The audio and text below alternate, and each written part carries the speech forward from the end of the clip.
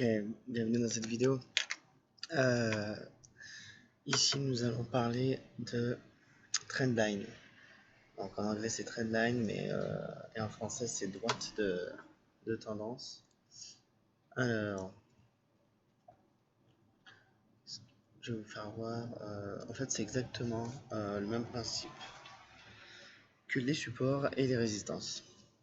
Donc, c'est exactement le même principe, sauf que là, le marché n'est pas en train de ranger, mais il sera dans une tendance. Donc en fait c'est pareil, hein. Donc allez, tac. Ça aussi c'est pareil, il faut s'entraîner à les tracer. Là on voit qu'on en a clairement une. Donc voilà. Donc comme j'ai dit, une trendline, une droite de tendance, c'est bah, voilà, comme ça, comme son nom l'explique, une droite de tendance. Donc on est toujours dans une tendance, soit haussière, soit baissière. Donc là on voit bien que c'est une trendline, une droite de tendance baissière. C'est vrai que j'ai toujours l'habitude de dire des trendlines, bref c'est pas grave. Et voilà. Donc là on en a une. On en a une autre ici. Tac. Hop, ça j'ai mis une autre couleur parce qu'elle est montante et l'autre elle est descendante. Voilà, il faut s'amuser à les trouver et, et à les dessiner, c'est très important. C'est aussi important que des supports résistance, que ça joue ce rôle de support et de résistance. Tac, tac. Voilà, des fois ça sera plus ou moins évident.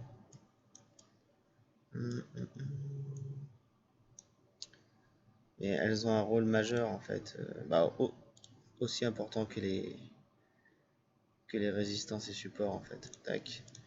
Donc effectivement dans une tendance baissière, comme ici, hop, on va mettre cette couleur là.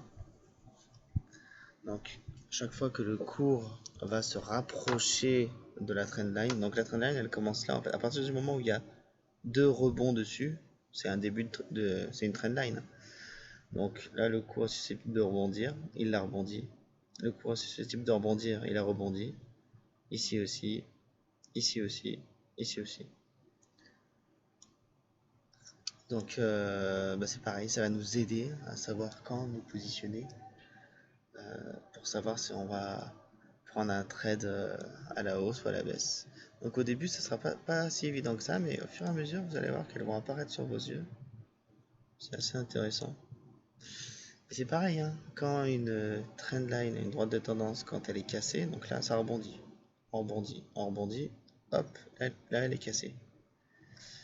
Et ben du coup, après, donc là c'était un support, voilà, on est dans une tendance haussière, donc à chaque fois la trend line joue un rôle de support, et quand elle est cassée, elle se transforme en résistance. Et donc on voit qu'après elle rebondit, tac, ça rebondit, mais après à la baisse, voilà, parce que du coup le support s'est transformé en résistance. Ça c'est très important. Donc voilà, donc ce que je fais c'est que maintenant j'y vois beaucoup plus rapidement qu'avant. Mais regardez là, on a une belle résistance. On n'est pas dans la vidéo des résistances, mais là il y en a une belle. Tac. C'est magnifique ça. On rebondit, on l'a cassé, et du coup ça devient une résistance.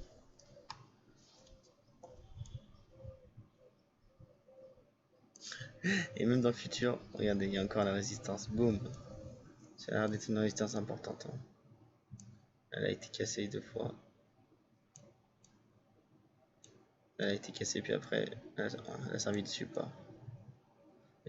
C'est fou comment même dans le temps, ça perdure, quoi. Donc voilà. Tac. On va en faire une dernière. Là, est-ce que vous en voyez une grande? Il y en a une très grande. Donc voilà, ça c'est pareil, c'est un entraînement.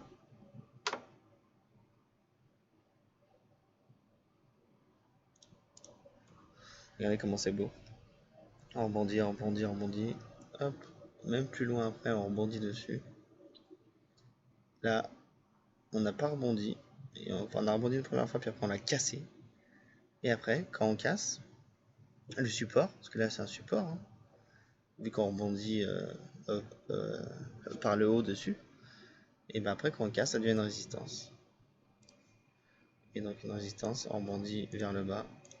Là, hop, ça a été le cas. Et là, ça a été le cas. Ça donne limite envie de la prolonger. Regardez comme c'est beau. C'est fou, hein. Et vous voyez souvent dessus comment il y a des mouvements intenses. Ouais, des grandes bougies. Ça travaille fort sur ces zones.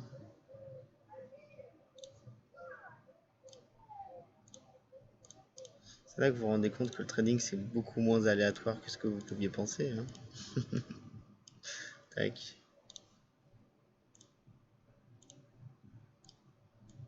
À 3 reprises, ça rebondit dessus.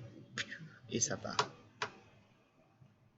En général, quand ça rebondit plusieurs fois sur un support et une résistance, les probabilités sont plus élevées pour que ça rebondisse définitivement. C'est-à-dire que ça ne casse pas la trendline ou le support ou la résistance.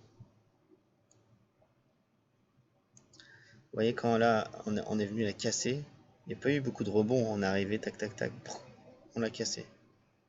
Alors que bah, pour le reste, là, on a rebondi, on a rebondi 2 fois, puis après, on est parti. Là, on a rebondi 3 fois et le cours est parti. Donc, comme je disais, ça, c'est une notion importante. Je pense que ça mérite d'être noté. Quand le marché rebondit plusieurs fois sur une trendline ou un support résistance, les probabilités sont plus élevées pour qu'il ne casse pas ce support et cette résistance ou cette trendline et qu'il continue avec un grand rebond, comme on peut le voir là. En général, quand le marché va pour casser, il y va en une fois. Tac, comme ici. Mais bon, voilà, après c'est les probabilités, hein, c'est comme ça. Et en tout cas, plus ça rebondit, et plus on a de chances que ça fasse que ça reparte et que ça ne casse pas la trendline, le support aux résistances. Ça en fait une petite dernière. Ah bah là, il y en a une qui est évidente, hein. On la voit bien. On la voit bien. Elle est super belle.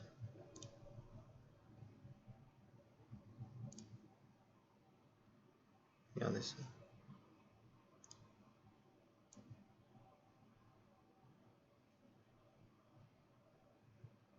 Tac.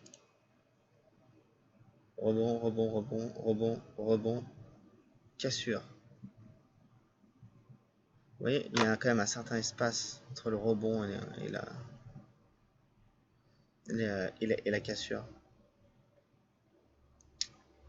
C'est ouais, c'est top. Et après, du coup, comme je vous ai expliqué, une fois que la trend est cassée, hop, elle joue le rôle de plus de support mais de résistance. Et voilà. Donc voilà, c'est à peu près tout ce que j'avais à dire sur les trendlines, hein.